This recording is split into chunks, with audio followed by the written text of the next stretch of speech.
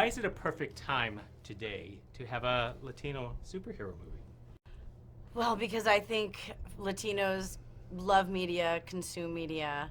I think diversity has proven to have an incredible track record in Black Panther and Fast and the Furious and Coco. I think it's vilely commercially successful. I think it's really universal. And, you know, Latinos just happen to over-index. 75% of ticket sales for genre movies are Latino families. And I think it's about time that they're more than 3% of characters on screen. Yeah, I think it's, you know, at a time when the president of the United States is like vilifying brown children along the border and brown people and Latino families. I think it's important to show someone a hero and to show sort of a positive side of things. I think it's really important right now. I think we need it. I think we as a people need to celebrate our own communities and our own culture for a break.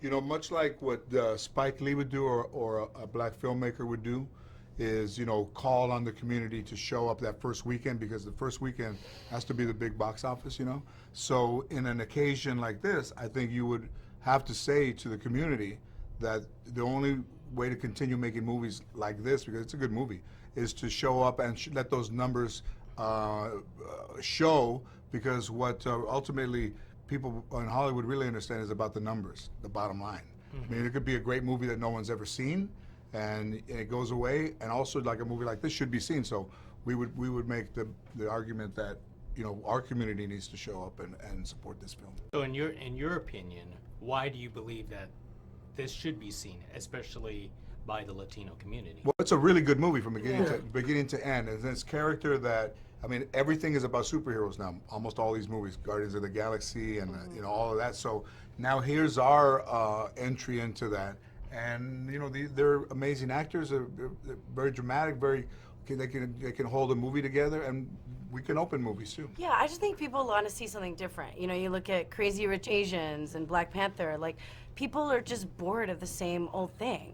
And I feel like the Latin community in particular is so rich. You know, our music, our food, our dancing, the way we express ourselves. Like, who doesn't like Latin people? You know, so I think whether you're Greek or whether I can tell you who doesn't like Latin people. I mean, I just feel like it's time. People are getting bored of the same old thing, and I think that you should just go see this movie because it's a movie that's never been done before.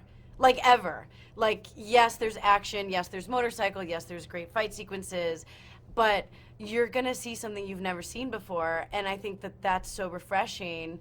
Like, I'm not Asian, but I loved Crazy Rich Asians because I fell in love with all that. I was crying my eyes out, and it's just this old school formula of romantic comedy with this fresh perspective of, you know, dumplings and something that makes it so specific, so it makes it universal. So for me, everyone loves superhero movies, but how cool to see it from a totally different perspective you've never seen before. And what about being part of a all Latino cast? Oh, that was a riot. That was a lot of fun.